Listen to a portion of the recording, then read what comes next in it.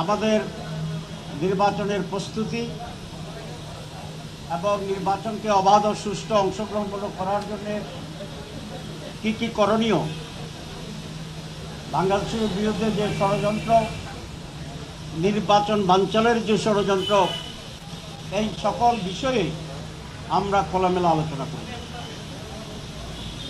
আমরা বলেছি মাননীয় উপদেষ্টাকে যে দীর্ঘ সময় সংগ্রাম, জীবন দেওয়ার বিনিময়ে আমরা একটা নতুন বাংলাদেশ পেয়েছিলাম।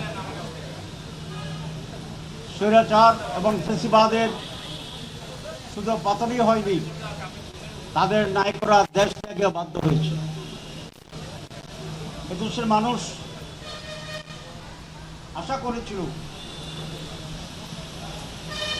এই পরিবর্তনে একটি গুণগত পরিবর্তন আসবে রাজনীতিতে, অর্থনীতিতে, আমাদের রাজনৈতিক কালচারে, নির্বাচনে, সর্বত্র আমরা একটা নতুন বাংলাদেশের যাত্রা শুরু করে একটি সমৃদ্ধ বাংলাদেশ আমরা করতে পারি।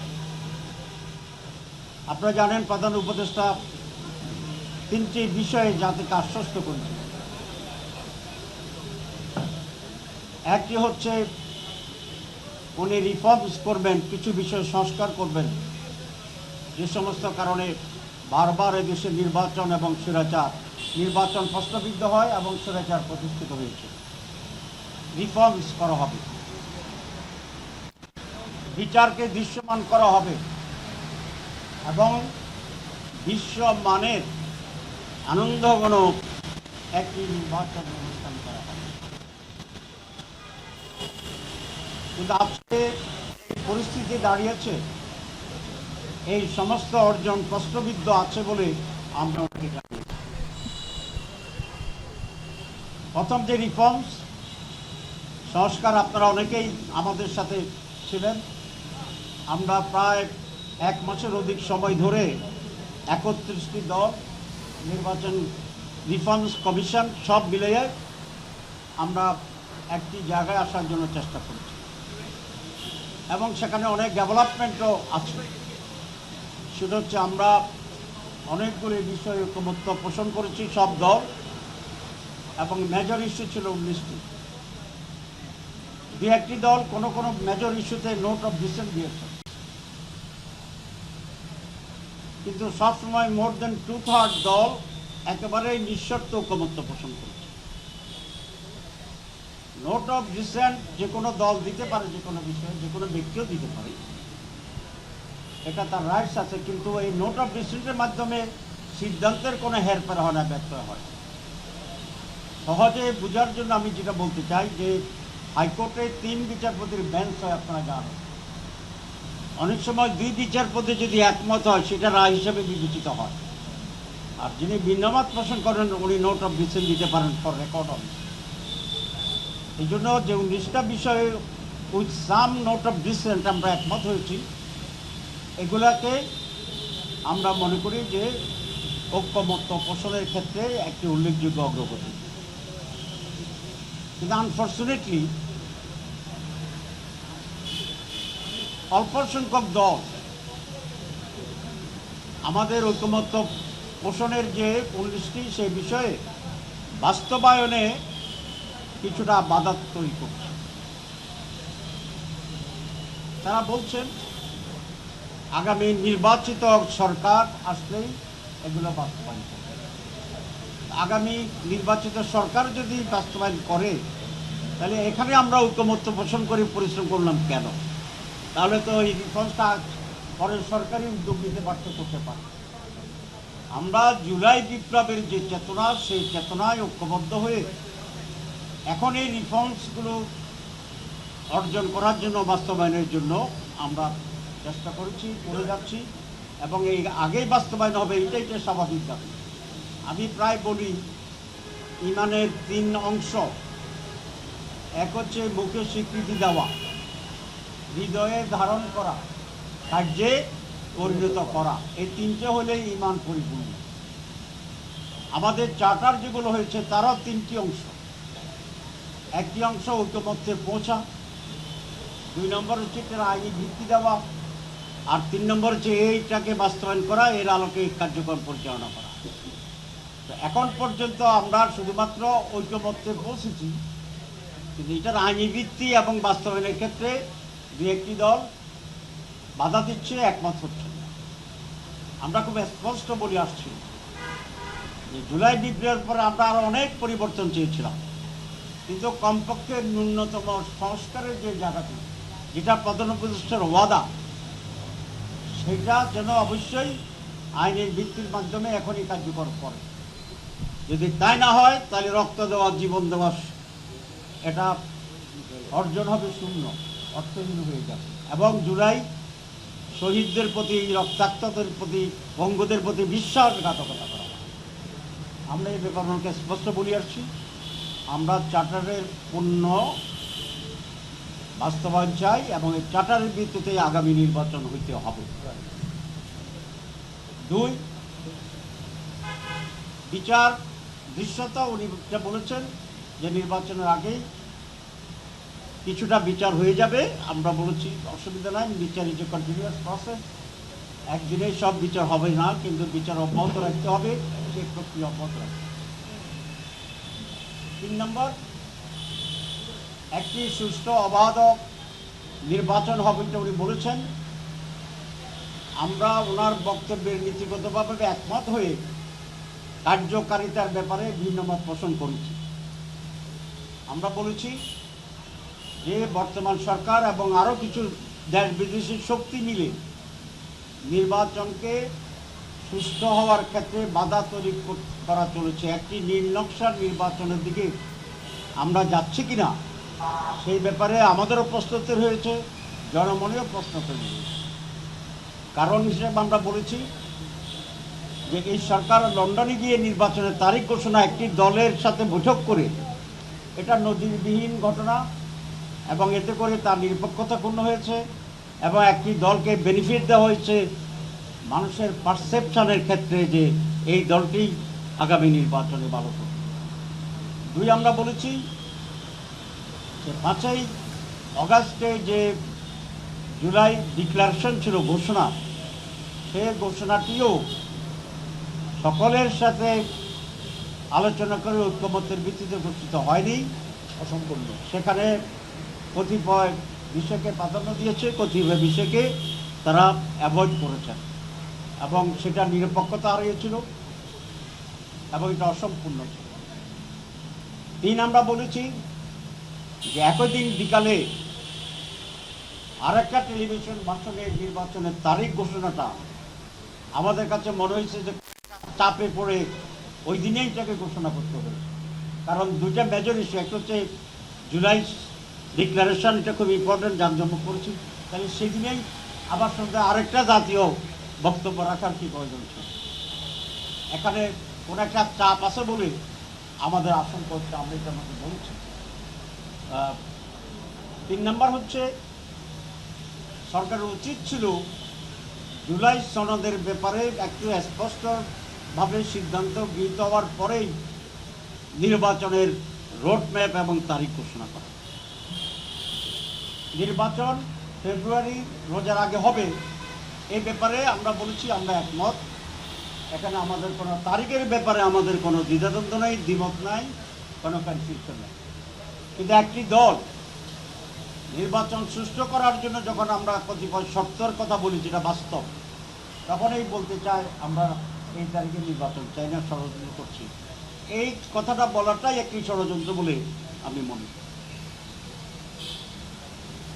কারণ হচ্ছে ইলেকশন হচ্ছে একটা পারসেপশনের ব্যাপার। এখন উনি আজকে আমাদের সাথে বলেছে জুলাই চার্টার এটা ওনারের সাবজেক্ট এবং এটা হইতে হবে, কিন্তু এটা অর্জন না করে নির্বাচনের ট্রেন ছেড়ে দেওয়াটা এক ধরনের, আমি কি বলবো, এক ধরনের ভুল সিদ্ধান্ত। কারণ একটা দল যেভাবে চেয়েছে সেভাবে হয়েছে, তারা নির্বাচনে দিয়ে গেছে। আর বাকি সকল মেজর দল কিন্তু আমরা এই বিষয়ে এক আছি যে জুলাই সনদের বাস্তবায়ন করতে হবে, সেটা আমরা এর জন্য লড়াই করছি, দাবি করছি। আর একটি দল এটা ছাড়াই এগিয়ে যাচ্ছে। এখানে একটা বৈষম্য তৈরি হয়েছে, কারণ একটি দলকে অফেন্সিভ রাখা হয়েছে আর আমাদেরকে ডিফেন্সে দিয়েছে। আমি তোমাকে বলেছি এখানে লেভেল প্লেইং ফিল্ডের যে ইস্যুটি এটা ক্ষুণ্ণ হয়েছে এবং এটা আপনাকে ঠিক করতে হবে, নির্বাচনের আগেই ঠিক করতে হবে। আমরা পিআরের ব্যাপারে কথা বলি। এখন 31টি দল যারা আমরা নির্বাচন কমিশনে আমরা যারা ঐক্যমত্য কমিশনে রিফর্মসে ছিলাম, এর ভিতরে 25টি দল পিআর চায়। যেমন বামপন্থী দলগুলো পিআর চায়, ইসলামী দলগুলো পিআর চায়, তার বাইরেও যে সমস্ত দল আছে, যেমন নূরের দল আছে, এবি পার্টি আছে, আমাদের রাষ্ট্র সংস্কার আন্দোলন আছে, এরা সকলেই পিআর চায়। সুতরাং আমরা বলেছি পিআর এদেশের মেজরিটি রাজনৈতিক দল চাচ্ছে, যারা মেজরিটি মানুষকে প্রতিনিধিত্ব করে। আমাদের মাঝে একটু ডিফারেন্স হচ্ছে, অনেক দল আপার হাউসে পিআর চায়, আর আমরা এবং আরও কয়েকটি দল আমরা পুরোটাই পিআর চাই, আপার হাউস লোয়ার হাউস এখানে পার্থক্য, কিন্তু পিআর সকলে আমরা চাই। সুতরাং আমরা বলেছি অধিকাংশ দল যেহেতু পিআর চায় এই একটি কারণে। আর গত নির্বাচনগুলোতে ভোট ডাকাতি কেন্দ্রে না আসার দিতে যাওয়া, মানে কালো টাকার প্রভাব, দিনের ভোট রাতে হয়ে যাওয়া, এই সকল অভিজ্ঞতায় আমরা মনে করি একটি নতুন সিস্টেমে নির্বাচন দরকার। নাহলে আগের মতোই কেন্দ্র দখলে যেতে থাকবে, আগের মতোই কেন্দ্র দখলে নির্বাচনের পরে আবার আন্দোলন যেতে থাকবে। সুতরাং এটাকে থামানোর জন্যে একটি নতুন পদ্ধতি, যেটার ব্যাপারে কেন্দ্র দখল হবে না, কালো টাকার বিষয় হবে না, জোর জবরদস্তি হবে না। আমরা বলছি যে এই বিষয়ে যদি একটা নতুন প্রস্তাব আপনাকে আলোচনা করতে হবে, ইলেকশন কমিশনকে আলোচনা করতে হবে।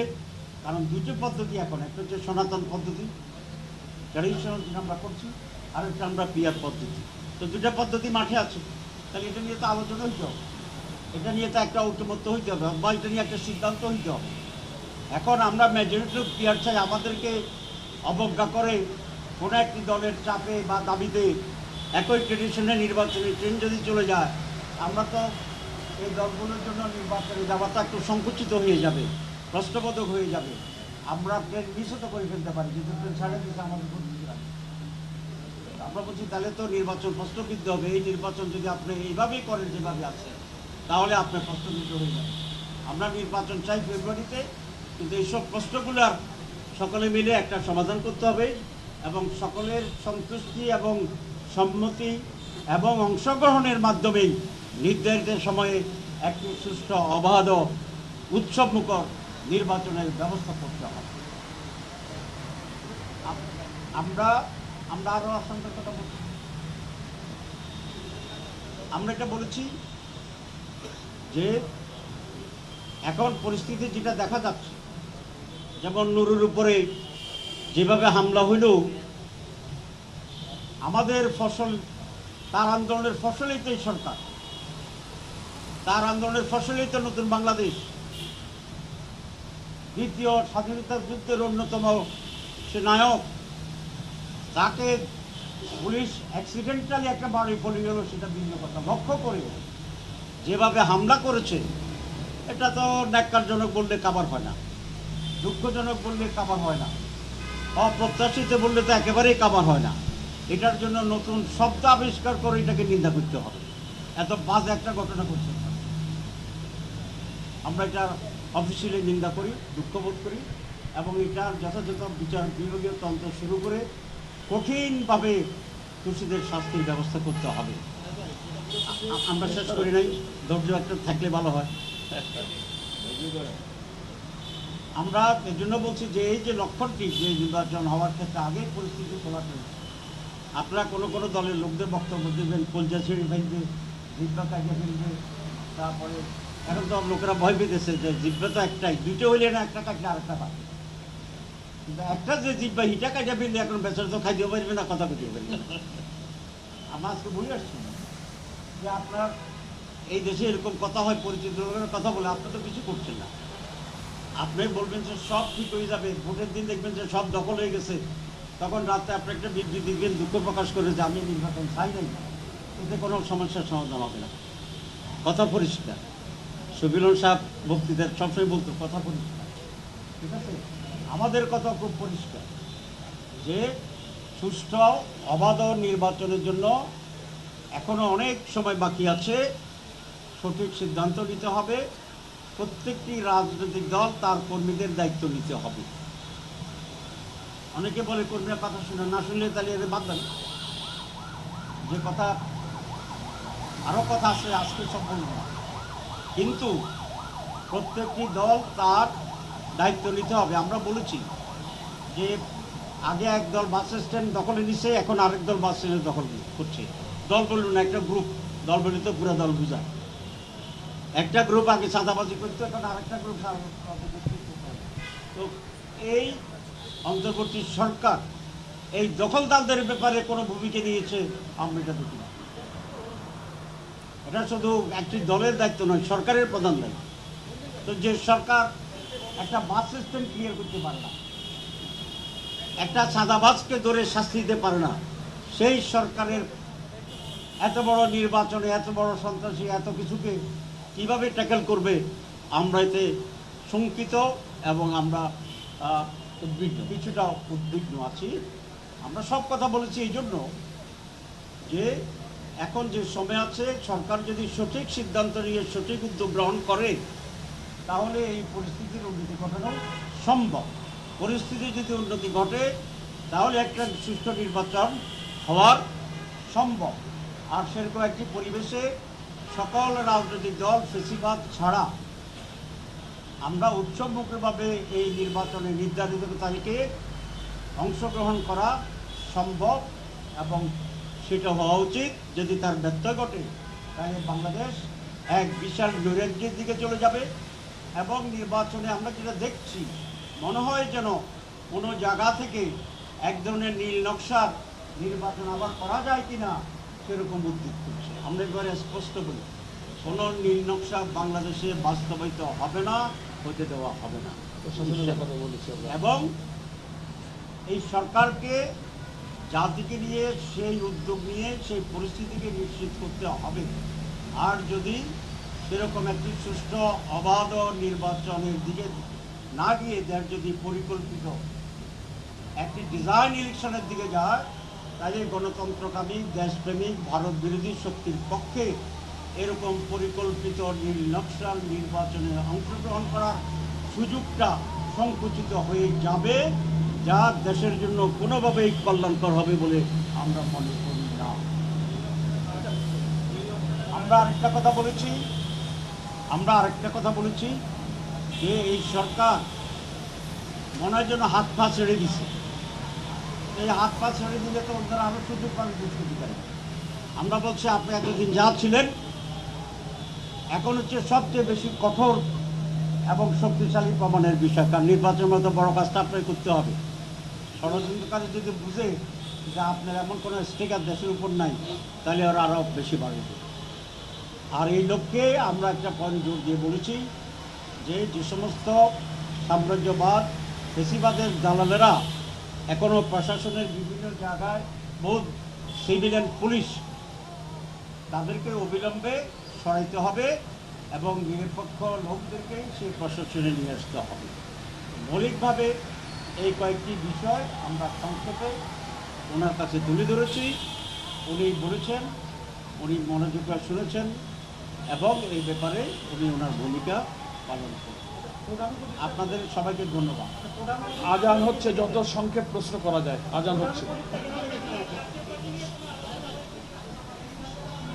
একজন একজন করেন। দুই প্রশ্ন করলে তো জবাব একজনকে দিতে হবে। One by one. আমি আপনাদের সুযোগ দিচ্ছি, একটু ধৈর্য ধরতে হবে, নাহলে আপনারা বঞ্চিত হবেন।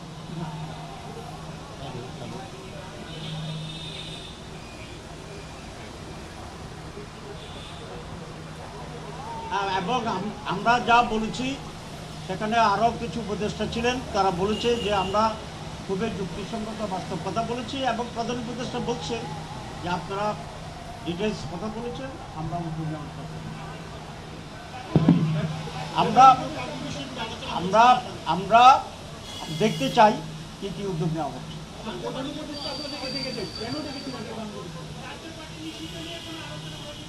আমরা যেটা বলেছি যে নুরুর উপরে যে হামলা হয়েছে এর ষড়যন্ত্র গভীরে তাদেরকে বের করা উচিত এবং সেখানে রুটে গিয়ে যারা যারা দোষী তাদের কঠোর ব্যবস্থা নেওয়া দরকার। 2 নম্বর আমরা বলেছি যে আওয়ামী লীগের সহযোগী হিসাবে জাতীয় পার্টি কাজ করেছে, সুতরাং আওয়ামী লীগকে আমরা যেভাবে আপনারা যে সিদ্ধান্ত নিয়েছেন জাতীয় পার্টির ব্যাপারে একই রকম সিদ্ধান্ত নেওয়া যেতে পারে। বাংলাদেশের অন্যতম রাজনৈতিক দল বাংলাদেশ জামাত ইসলামী, সুতরাং বর্তমান পরিস্থিতি জামাতের সাথে পরিস্থিতি নিয়ে মত বিনিময় করা এই জন্যই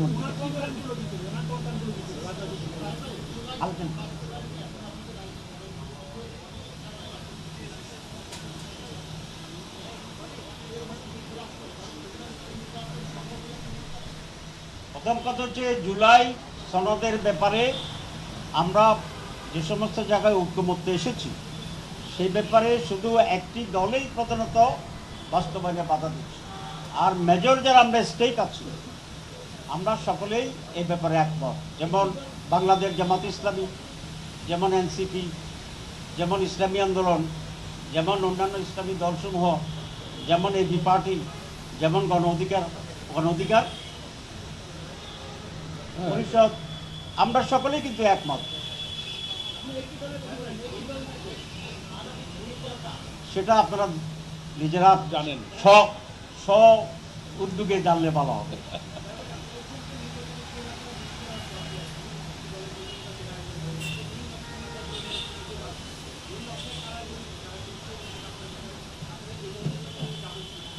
জি, নীল নকশা তো যারা করে তাদেরকে সবসময় সম্মুখে দেখা যায়। 1 নম্বর আমরা দেখছি, আমরা সচেতন আছি। 2 নম্বর কথা হচ্ছে ট্রেন ছাড়লেও এখনো প্ল্যাটফর্ম পার হয় নাই। সুতরাং যদি জেনুইন যে প্রস্তুতি এবং অবস্থাগুলো যদি ফুলফিল হয়, চিত্র নির্বাচনে যায়, তাহলে আমরা দৌড়ায় গিয়ে আবার ধরবো। কিন্তু এগুলা শর্ত হচ্ছে অবাধ সুষ্ঠু নির্বাচনের জন্য যে সমস্ত ফ্যাক্টরগুলো এখন হচ্ছে এগুলোকে অবশ্যই দূর করতে হবে। জি, আর নতুন কথা নাই।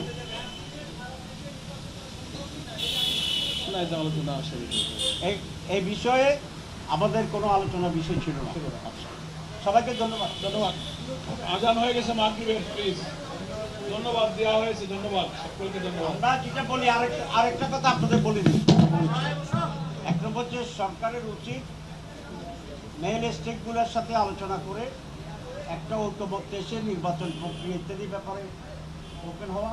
আর 2 নম্বর এটাও মনে করি যে মেজর দলগুলো যারা আছে সরকারের বাইরেও নিজেদের ভিতরে রাউন্ড টেবিল করা এবং সমস্যাগুলোকে টেবিলে এনে সকলেই একটি ঐক্যবদ্ধ হওয়ার চেষ্টা করা। আর জুলাই চার্টারের আইনগত ভিত্তির ব্যাপারে আমরা খুব পরিষ্কার বলে আসছি, সেটা হচ্ছে গণভোট। যেহেতু আমরা রাজনীতির এক পদ্ধতি পাচ্ছি না, জনগণ এটাকে সিদ্ধান্ত নেয়। এই ব্যাপারে তো আর কারোর জীবন হওয়ার কিছু নেই। সেটা আমরা বলছি গণভোট ইজ দ্য সলিউশন। আপনার অতি সত্তর গণভোটের প্রস্তুতি নিয়ে দেন। জনগণ যদি জুলাই চার্টারকে পিআরকে ম্যানেজ করে দেয় তা আমরা মেনে নেব। আর যদি জনগণ এটাকে অ্যাকসেপ্ট করে তাহলে এটা বিরোধিতা করা কারোর পক্ষেই উচিত হবে না এবং এটা গণতন্ত্র বিরোধী হবে। সবাইকে ধন্যবাদ।